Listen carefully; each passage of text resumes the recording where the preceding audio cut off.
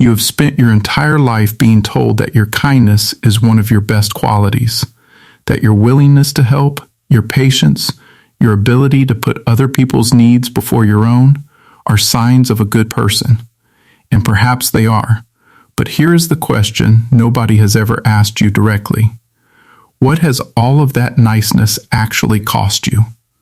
Not in abstract terms, in real terms, in the choices you did not make because you did not want to disappoint someone, in the relationships you stayed in long past the point where they were serving you, in the version of yourself that has been living in the background of your own life, waiting for permission to come forward that has somehow never arrived. This is not a comfortable question, and it is not going to get more comfortable as we go. Because what psychology has discovered about the compulsively nice person, the person who reflexively accommodates, who cannot say no without a wave of guilt, who finds genuine conflict almost physically intolerable, is not what the culture has been telling you. It is not that they are simply generous. It is that they are often people who learned, very early and very thoroughly, that having needs was dangerous, that their authentic self was not welcome, and that the performance of pleasantness was the price of safety in the environment that formed them. And if that description resonated somewhere inside you, even slightly, then what follows matters more than almost anything you will hear today. But before we go to the psychology, there is something important to name, something that most people in this territory resist naming until they have already paid a very high price for not seeing it. Being too nice is not a virtue taken too far. It is not an excess of something good, in its most common and most damaging form. It is a survival strategy that has outlived the conditions that made it necessary, and a survival strategy being run in conditions where survival is no longer the primary challenge is not just unnecessary, it is actively harmful to the people who depend on you, to the relationships you are trying to maintain, and most of all, to the person living inside the performance who has not been heard from in a very long time. Something important is happening beneath the surface of compulsive niceness that most people never examine. And once you see it clearly, everything changes. Picture someone in your life, perhaps yourself, who is known by everyone around them as kind, accommodating, easygoing, always available, never difficult. A person who makes things easy for everyone they encounter, who smooths conflicts before they escalate, who absorbs discomfort so others do not have to feel it, who seems to find genuine satisfaction in making other people comfortable. Watch how this person moves through a day. Watch how they handle a request they do not want to fulfill. There is a moment, brief and almost invisible, between the request and the yes, where something flickers across their face, a hesitation, an internal negotiation that happens faster than conscious thought, and then the yes arrives, smooth and warm and apparently effortless, and the person who asked never sees the cost. They were never meant to. Carl Jung identified what he called the persona, the social mask we construct in early life to mediate between our authentic interior self and the demands of the world around us. The persona is not false in a simple sense. It is a genuine adaptation. But when the persona becomes so dominant that the authentic self beneath it has no space to exist, no outlet for expression, no permission to have needs or preferences or limits, then something in the psychological ecosystem begins to fail. The authentic self does not disappear. It goes underground. It becomes what Jung called the shadow, the repository of everything that has been suppressed in the service of maintaining the acceptable surface. For the compulsively nice person, the shadow often contains precisely the things that niceness required them to deny: anger, resentment, need, desire, the capacity for genuine conflict, the ability to say no and mean it without immediate guilt. These are not character flaws. They are natural human capacities that were taught very effectively to stay invisible. And everything that is kept in the shadow does not stay there quietly. It finds expression in indirect ways, in the chronic low-grade resentment that accumulates over years of unacknowledged sacrifice, in the passive responses to frustration that the person would never characterize as anger, but that carry all of anger's psychological weight, in the physical symptoms that appear when suppressed emotion has nowhere else to go. But the origin story of compulsive niceness is where the real understanding begins, and it requires going back much further than most people are willing to go. Think about the last time you said yes to something you genuinely did not want to do, not reluctantly, but reflexively, before you had time to actually assess whether you had the capacity or the desire. Now ask yourself honestly where that reflex came from. Not why you said yes in that moment, but what was the underlying fear that made no feel more dangerous than the inconvenience of doing something you did not want to do. Alfred Adler's framework helps answer this question with unusual precision. Adler understood that humans are fundamentally social beings whose earliest and most powerful drive is toward belonging, not love specifically, though love is part of it. Belonging, the sense of being an accepted and valued member of the group, and in the earliest years of human development, when the child's brain is forming the templates through which all future experience will be processed.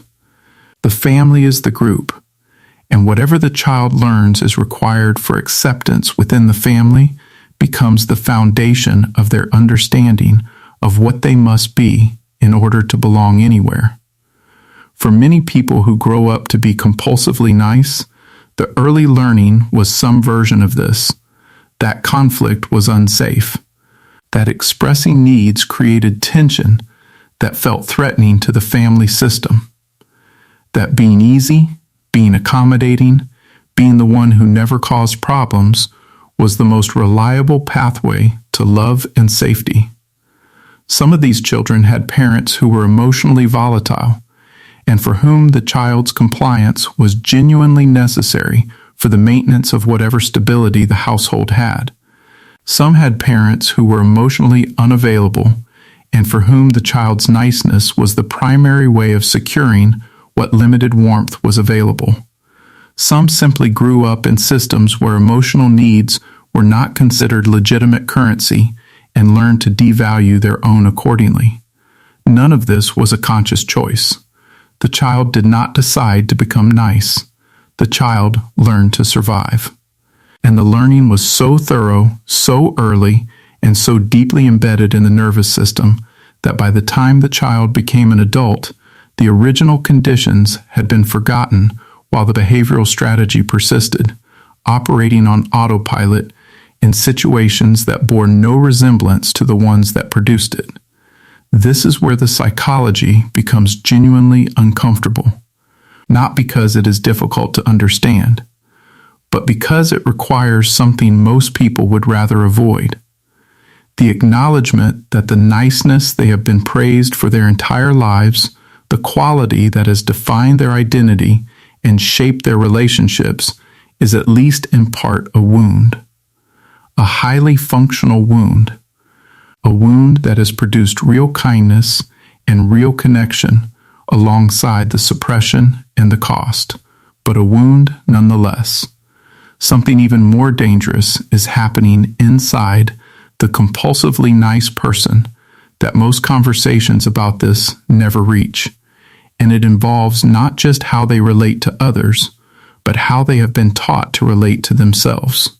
Watch closely what happens when a compulsively nice person is confronted with their own need, not a request from someone else, an actual recognition of something they themselves need. Rest, space, a limit. An honest expression of frustration. There is a specific internal process that unfolds in the moments after the recognition arrives. First, the need is identified. Then, almost simultaneously, a counter-narrative begins. It is not that important. Other people have it worse. Asking for this will create inconvenience. I should be able to handle this without it. And by the end of this internal process, the need has been argued out of existence, not denied in a dramatic sense, simply deemed not worth the social cost of acknowledging it. This internal dismissal of one's own needs is not just emotionally costly, it is neurologically significant. Research on the relationship between emotional suppression and physiological health has produced results that are both striking and deeply relevant to this conversation. Chronic emotional suppression, the ongoing practice of registering an emotional response and then inhibiting its expression, activates the body's stress response in ways that are sustained and cumulative. The suppressed emotion does not disappear from the body because it was not expressed. The physiological component of the emotional experience continues to unfold beneath the surface of the performance, and the body, unlike the social persona, does not have the option to pretend. This is what it means when we say that being too nice is costing you your life, not metaphorically. The suppression of authentic emotional experience over years and decades has measurable effects on physical health, immune function, cardiovascular health, and the neurological systems that regulate mood and cognitive function. The body keeps a different record than the social world does, and what gets written in that record is not the performance of pleasantness.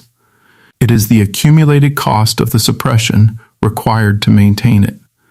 Viktor Frankl wrote about the importance of authentic existence, of living in a way that reflects one's genuine values and genuine experience rather than the performance of what one believes will be acceptable to others.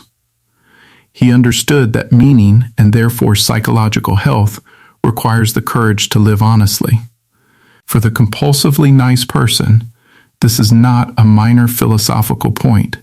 It is the central challenge of their entire life, because what they have been performing is not dishonesty in the ordinary sense. They are genuinely caring, genuinely motivated to help, genuinely relational in ways that have real value.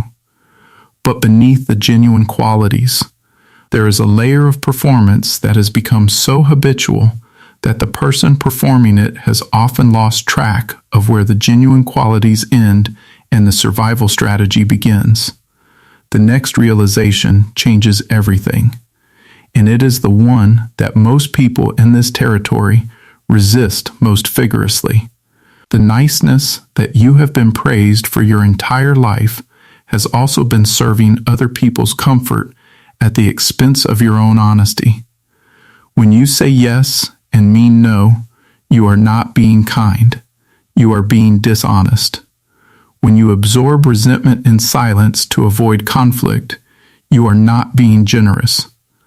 You are withholding your authentic experience from someone who may genuinely deserve to know what it is. When you perform warmth toward people who have hurt you because the alternative would require a difficult conversation, you are not maintaining peace. You are maintaining a fiction. And the people in your life, even the ones who benefit from the fiction, are not getting a real relationship with you. They are getting a relationship with the performance. And on some level, even if they cannot name it, they know the difference. This is the cost that never gets calculated in the cultural celebration of niceness, the cost to genuine intimacy. Because real intimacy, the kind that sustains people through the actual difficulties of a shared life, requires the willingness to be known, not just known in your kindness and your accommodating qualities, but known in your needs, your frustrations, your limits, your honest responses to being treated in ways that do not serve you. Without that willingness, the relationship, however warm it appears on the surface, is built on a foundation of performance rather than genuine contact. And performance, however skillful, is ultimately lonely in a way that the performer may not be able to articulate, but that accumulates into a specific and profound kind of isolation. The isolation of being surrounded by people who care about you but do not actually know you. Seneca wrote about the tragedy of living a life that belongs to everyone but yourself. He was not prescribing selfishness.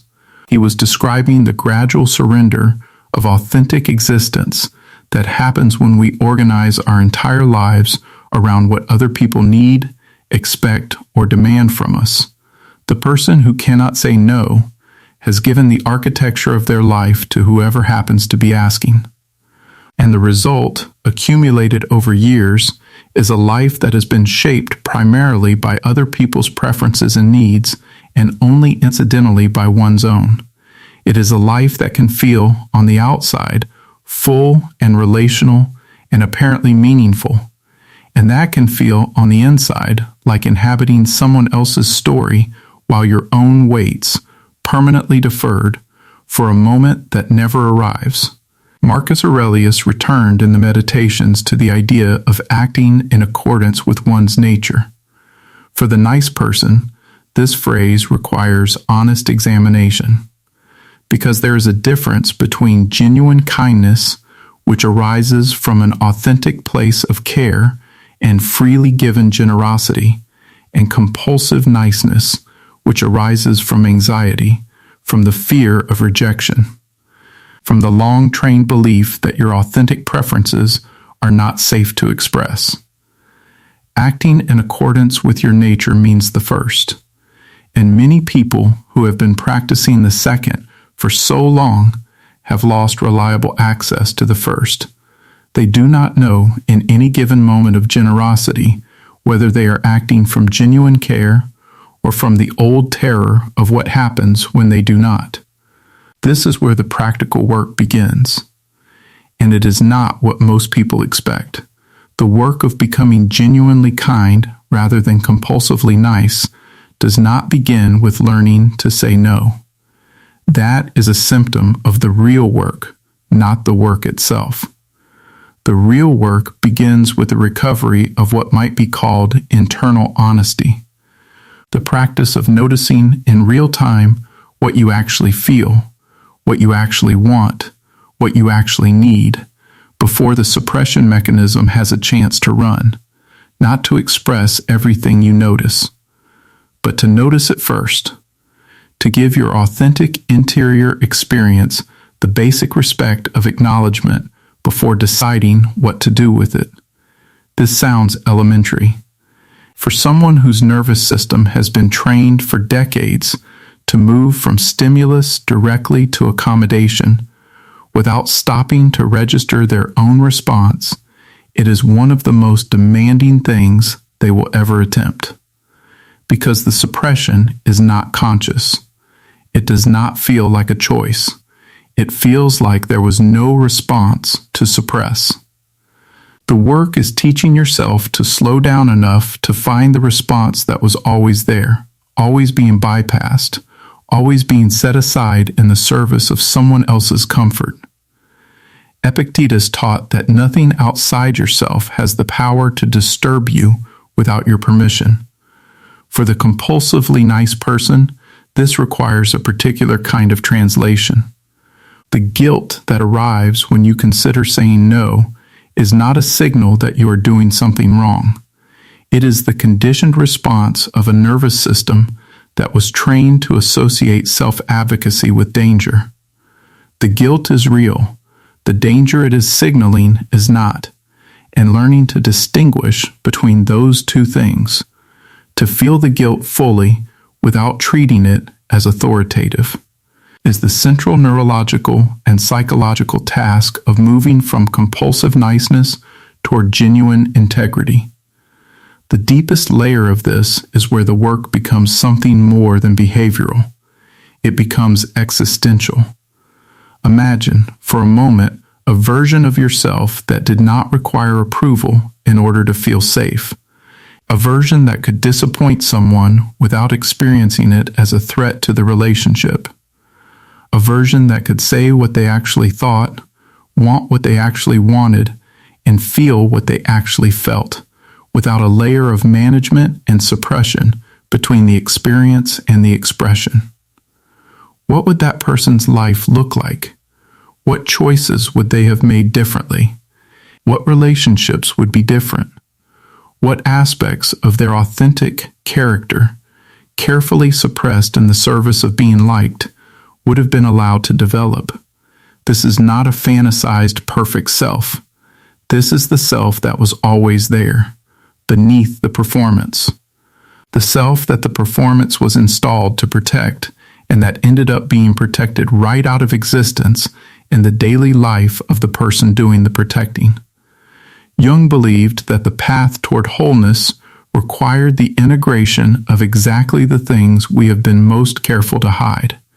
The anger beneath the agreeableness, the needs beneath the endless giving, the limits beneath the boundless accommodation. These are not the dark side of a nice person. They are the missing half of a complete one.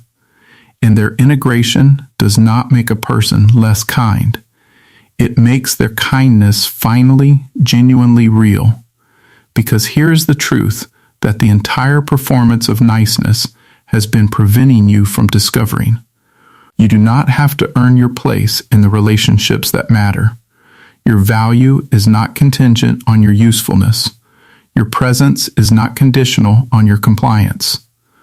The people who are genuinely worthy of your care do not require you to suppress yourself in order to stay. And the ones who leave when you start being honest about who you are were never in a relationship with you. They were in a relationship with the performance.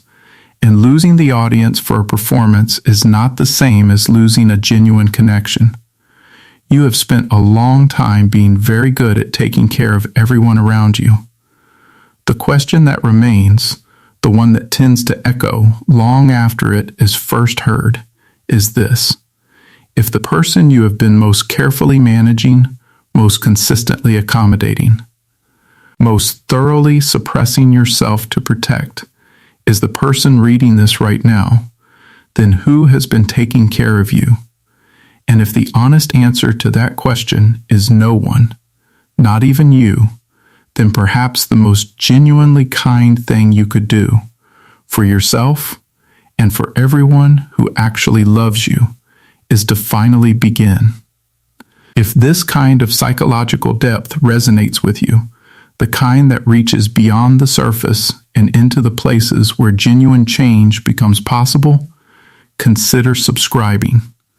This channel exists for people who are willing to ask the uncomfortable questions, and there is much more of this kind of work ahead.